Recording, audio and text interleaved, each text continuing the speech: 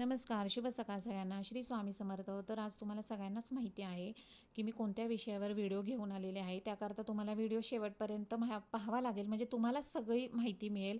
आणि तुम्हाला पारवे जे आपण पारव्यांवर व्हिडिओ बनवतोय, म्हणजे कबुतरांवर, त्यांचा बिलकुल तुम्हाला त्रास होणार नाही ह्याची गॅरंटी मी देते. कारण माझ्याकडे तर मला कधीही कबुतरांचा त्रास होत नाही. माझ्याकडे खूप सारे पक्षी येतात. तर आता मी तुम्हाला सांगते की पारवा हा एक निसर्गाचा भाग आहे. त्याला समजत नाही की त्याच्या विष्ठेपासून आपल्याला आजार होतात, पण हे आपल्याला समजतं. त्यामुळे आपण आपली स्वच्छता राखणे, आपल्या हेल्थची काळजी घेणं फार महत्त्वाचं आहे. त्याकरता आपण आपली बाल्कनी स्वच्छ ठेवायची आहे, कारण पक्षी येऊन गेल्यानंतर बाल्कनीमध्ये असा कचरा होतो. तर त्याकरता आपण पहिली आपली बाल्कनी स्वच्छ करून घ्यायची. कारण कसं आहे की दिवसभर बाल्कनीमध्ये पक्षी नसतात, ते फक्त सकाळी येतात, थोडंसं खातात आणि निघून जातात.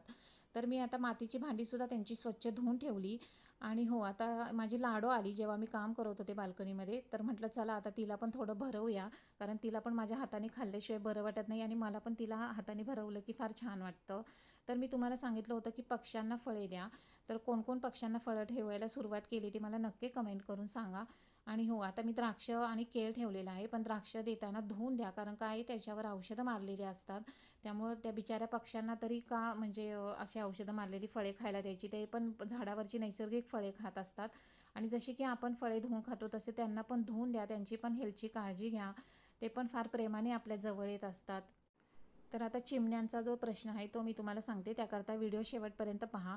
तर चिमण्या जर तुमच्या बाल्कनीमध्ये येत असतील आणि जर कबुतरं पण येत असतील आणि ते तुम्हाला त्रास देत असतील, चिमण्यांना खाऊन देत नसतील, तर मी तुम्हाला ते एक टीप देते.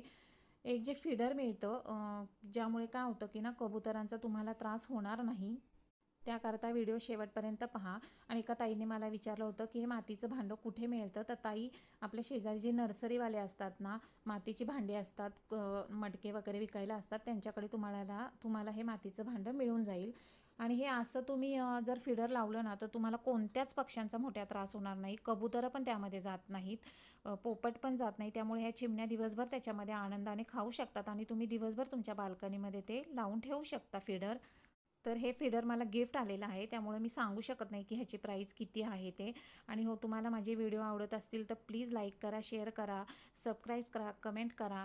आणि कसे वाटतात व्हिडिओ माझे सांगायला अजिबात विसरू नका. धन्यवाद. राधे राधे.